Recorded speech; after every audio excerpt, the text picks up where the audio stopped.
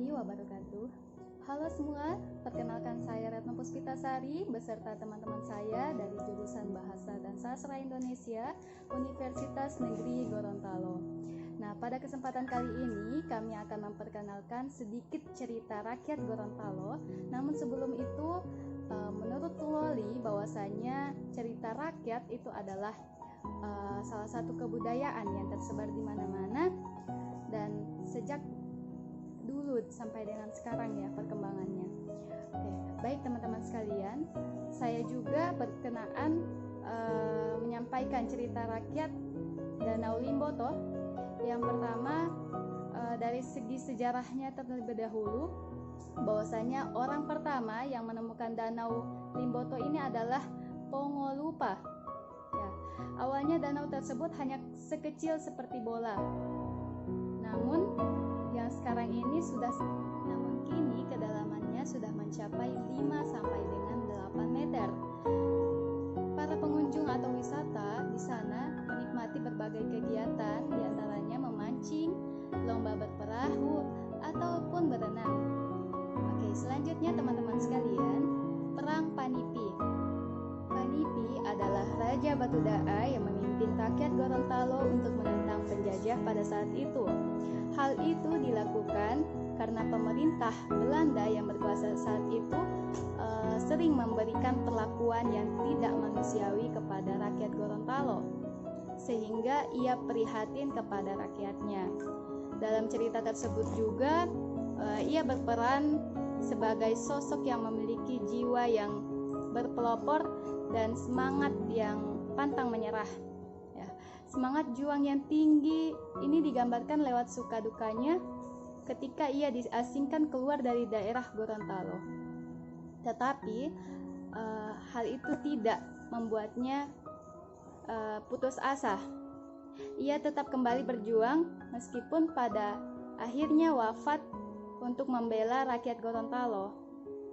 Makam tua di Desa Barakati, Kecamatan Batu Da'a, Kabupaten Gorontalo menjadi salah satu jejak peninggalan bersejarah. Makam Raja Panipi atau Bobihu itu terletak di perkebunan kelapa milik warga setempat. Makam itu bisa ditempuh dari kota selama 29 menit lamanya.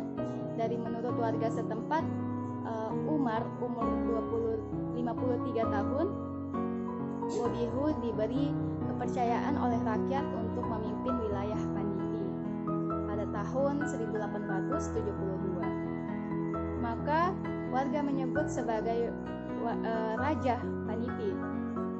Bobihu dipercaya masyarakat untuk melakukan perlawanan saat melawan kolonialisme Hindia Belanda, ungkap Umar.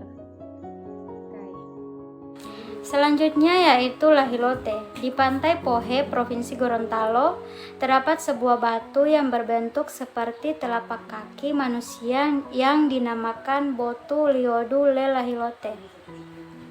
Menurut legenda setempat dipercayai sebagai telapak kaki Lahilote. Botu Liodu Le Lahilote dalam bahasa setempat berarti batu bekas telapak kaki si Lahilote.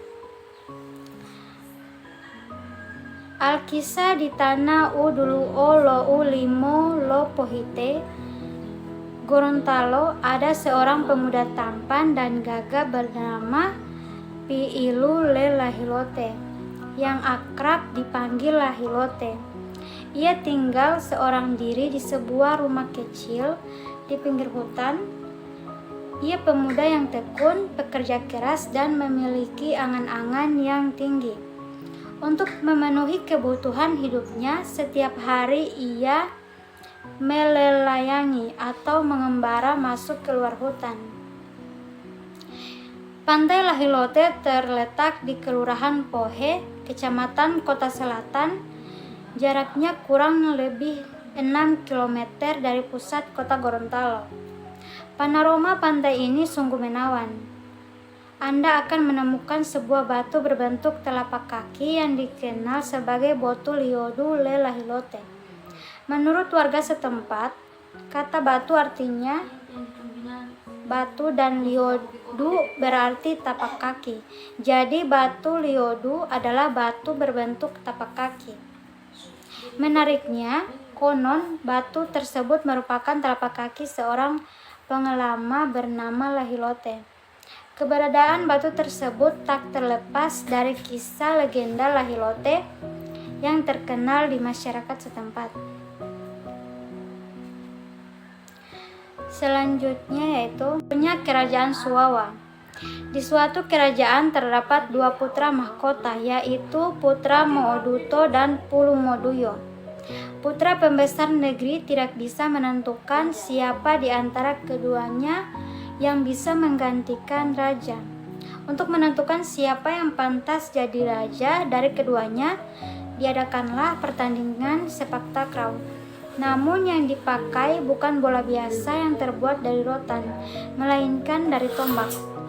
Permainan dipimpin oleh seorang talenga atau juri yang sudah termasuk. Setelah pertandingan berlangsung, keduanya kehausan. Masing-masing mengambil 100 ujung tebu yang telah disediakan untuk mereka. Putra Pulumoduyo memakan tebu-tebu itu mulai dari pangkal sampai ke ujung, tetapi putra Mooduto sebaliknya. Keduanya memberikan sisa tebu yang tak habis dimakannya kepada rakyat yang ada di tempat itu. Tatkala itu penentuan sebagai pengganti raja pun diadakan. Rakyat harus memilih dari apa yang telah dilakukan oleh keduanya yang menurut mereka menandakan bahwa perbuatan itu menggambarkan kemaslahatan bagi rakyatnya.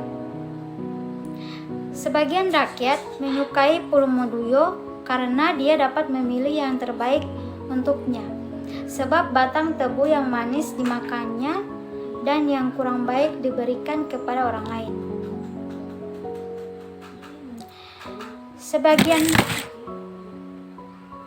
Sebagian lagi rakyat memilih Mooduto karena dia memberikan yang terbaik kepada rakyatnya. Bangsa Iotogia berpendapat lain dalam mengambil keputusan. Sebagai kerajaan di masa lalu, Suwawa memiliki bahasa daerah khas sendiri. Selain bahasa Gorontalo, yakni bahasa Suwawa atau bahasa Bonda, dengan nama lain bahasa Bune. Menurut cerita rakyat dan catatan sejarah yang ada, Suwawa disebut sebagai tanah leluhur atau nenek moyang dari seluruh etnik atau Pohalaa. Pohalaa yaitu kekeluargaan.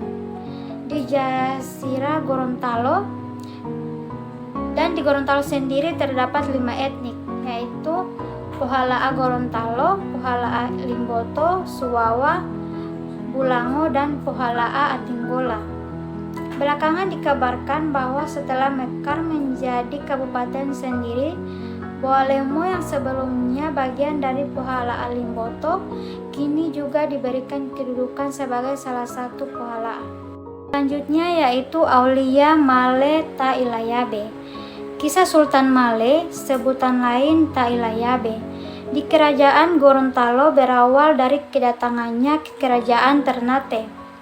Saat itu Tailayabe menjadi hulu balang atau prajurit sakti yang bertugas mengantar upeti dari Gorontalo ke Ternate. Upeti itu dipersembahkan kepada Raja Ternate sebagai syarat agar permohonan Tailayabe agar bisa dikabulkan.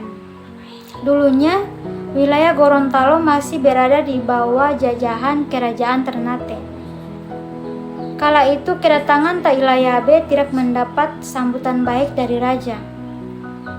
Malah sang raja hanya mempedulikan tamu dari Belanda yang saat itu juga berkunjung ke kerajaan. Menurut warga, makam itu milik seorang aulia, disebut juga wali atau orang suci yang dikenal dengan sebutan Tailayabe.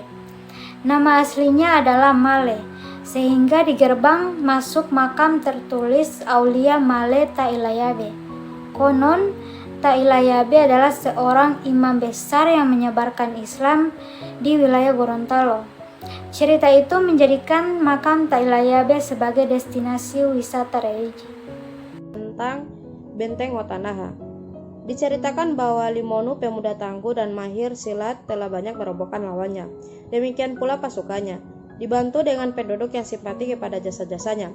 Dalam pertempuran itu, Hemuto dan pasukannya terdesak, terpaksa melarikan diri, namun di pihaknya banyak tokoh silat bagian utara yang cedera dan menemui ajalnya. Ketiga benteng tersebut seolah-olah menjadi saksi bisu adanya arena pertempuran perang saudara yang berlangsung di tempat itu yang memakan korban jiwa sedemikian banyak. Kemudian, proses perlawanan dengan pelemparan batu-batu saat itu menjadi nama tempat desa atau bukit-bukit beradanya benteng, yang sampai saat ini disebut dengan Dembe atau Dembe 1, yang berasal dari kata Dembenga, yaitu lempar. Konon kabarnya, pengejaran dan pelemparan terhadap pasukan Hemuto berlangsung terus hingga akhir di utara, sehingga desa tempat kejadian berakhirnya lemparan itu disebut pula dengan sebutan Dembe 2, atau bangkai yang menumpuk di salah satu daratan yang agak rendah dekat pantai Limboto telah membukit, dan bukit itu disebut dengan Bukit Baruwadi. Ketiga benteng tersebut adalah Otanaha, Otahia, dan Ulupahu. Juga pada masa perang Panipi menghadapi penjajahan Belanda digunakan Panipi dan pasukannya sebagai arena pertahanan dari serangan Belanda. Ini adalah foto benteng Otanaha. Selanjutnya cerita rakyat asal-usul daerah Tapa, Tulandengi, dan Pantungo. Di daerah Gorontalo ada sebuah kerajaan bernama Bolango. Kerajaan itu dipimpin oleh Raja Tilahunga yang terkenal arif dan bijaksana. Rakyatnya senantiasa tunduk dan patuh kepadanya. Apapun perintahnya, mereka tidak akan pernah membangkang Raja Tilahunga. Raja Tilahunga memiliki kegemaran berkelana hingga ke pedalaman. Suatu hari, perjalanan Raja Tilahunga bersama rombongannya melalui areal pembukitan yang terjal. Salah seorang dari anggota rombongan itu bernama Dengi. Ia memang terkenal suka makan dan rakus. Ketika rombongan lain sedang sibuk merapikan bekal, ia justru merampas makanan milik mereka, sehingga terjadilah kericuhan. Dan setelah mengetahui bahwa penyebab kericuhan itu adalah Dengi, sang raja pun segera menasehatinya. Dengan sikap arif dan bijaksana, ia mendengur Dengi tanpa membuat pengawalnya itu tersinggung. Akhirnya, Dengi yang rakus itu mengakui kesalahannya dan segera meminta maaf kepada kawan-kawannya. Sejak saat itu, padang rumput yang luas dan hijau itu diberi nama Tulandengi, yaitu diambil dari kata tula yang berarti rakus, dan nama si Dengi jadi Tulandengi, berarti Dengi yang rakus. Adapun Pantungo yang berarti tangkai pegangan alat berkebun. Pantungo atau juga tempat berada di tepi Danau Limboto. Setelah perjalanan sang raja beserta rombongannya memperbaiki semua peralatan kebun mereka yang digunakan membuka lahan perkebunan. Itulah cerita singkat dari beberapa cerita rakyat Gorontalo. Jadi kesimpulannya, cerita rakyat merupakan salah satu budaya yang sangat perlu dilestarikan, karena cerita rakyat syarat dan nilai-nilai moral dan kearifan lokal yang biasanya menjadi salah satu sarana pembelajaran karakter anak dan mengajarkan nilai-nilai tentang kehidupan. Namun, pesatnya perkembangan zaman dan beragamnya kesibukan yang dialami oleh para orang tua anak menjadi cerita rakyat semakin lama semakin tergantikan, sehingga banyak anak-anak yang tidak mengetahui cerita rakyat yang ada di Indonesia atau di Gorontalo. Ketidaktahuan anak-anak itu menjadi salah satu faktor Indonesia mengalami kekurangan budaya ataupun bisa disebut krisis identitas, sehingga kalangan anak muda atau generasi muda khususnya anak-anak semakin kehilangan karakternya dan menjadi tidak